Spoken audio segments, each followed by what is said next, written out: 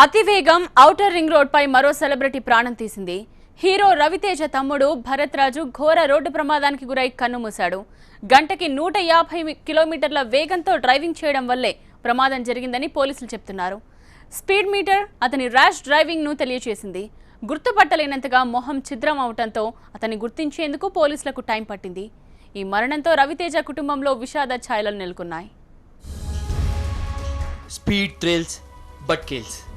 ఈ లైన్ అందరికీ తెలిసినా ఆ గీతను దాటి తిరిగి రాని లోకానికి వెళుతున్నారు. ఇలాగే మరో సెలబ్రిటీ కన్నుమూశాడు. కొత్వాల్గూడ ఔటర్ రింగ్ రోడ్డులో హద్దుల్లేని వేగంతో డ్రైవ్ చేసి హీరో రవితేజ సోదరుడు భరత్ రాజు ప్రాణాలు కోల్పోయాడు.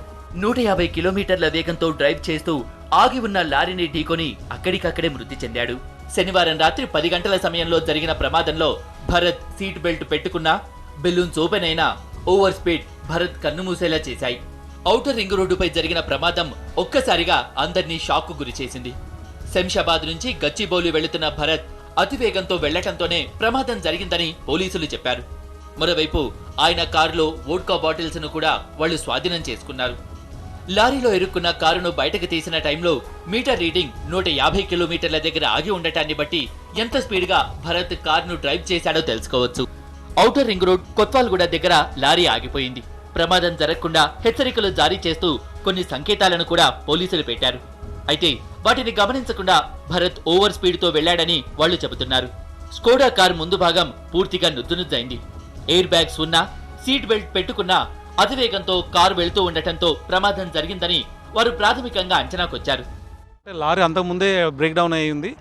అతను మెకానిక్ తీసుకొస్తాను వెళ్ళిపోయిండు. మా ఓఆర్ఆర్ మొబైల్ వాళ్ళు ఒక 30 మీటర్స్ దూరంలో రేడియం కోన్స్ పెట్టి దానికి రిబ్బన్ కూడా వేయడం జరిగింది, ఎవరు కూడా చూసి ఇక్కడ రాకుండా.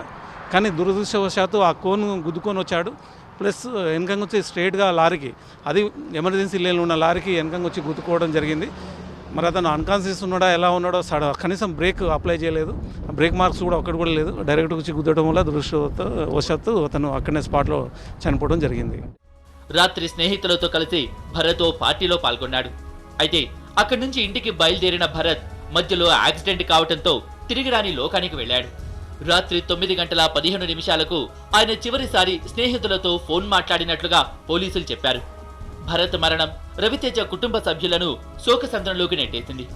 పోస్ట్ మార్టం తర్వాత ఫిలిం నగర్లోని మహాప్రస్థానంలో భరత్ అంత్యక్రియలు నిర్వహించారు. రవితేజ సోదరుడిగానే కాకుండా నటుడిగాను భరత్ చాలా మందికి పరిచయం. ఆయన అంత్యక్రియలకు రవితేజతో పాటు తల్లి కూడా దూరంగానే ఉంది. Comedians Ali, Raghubabu, director YVS Chowdary, producer Nallamalapu Bujji, actor Uttej మహాప్రస్థానంలో భరత్ కు కడసారి వీడుకోలు పలికారు. రవితేజ మరో సోదరుడు రఘు దగ్గరుండి అంత్యక్రియలను నిర్వహించాడు.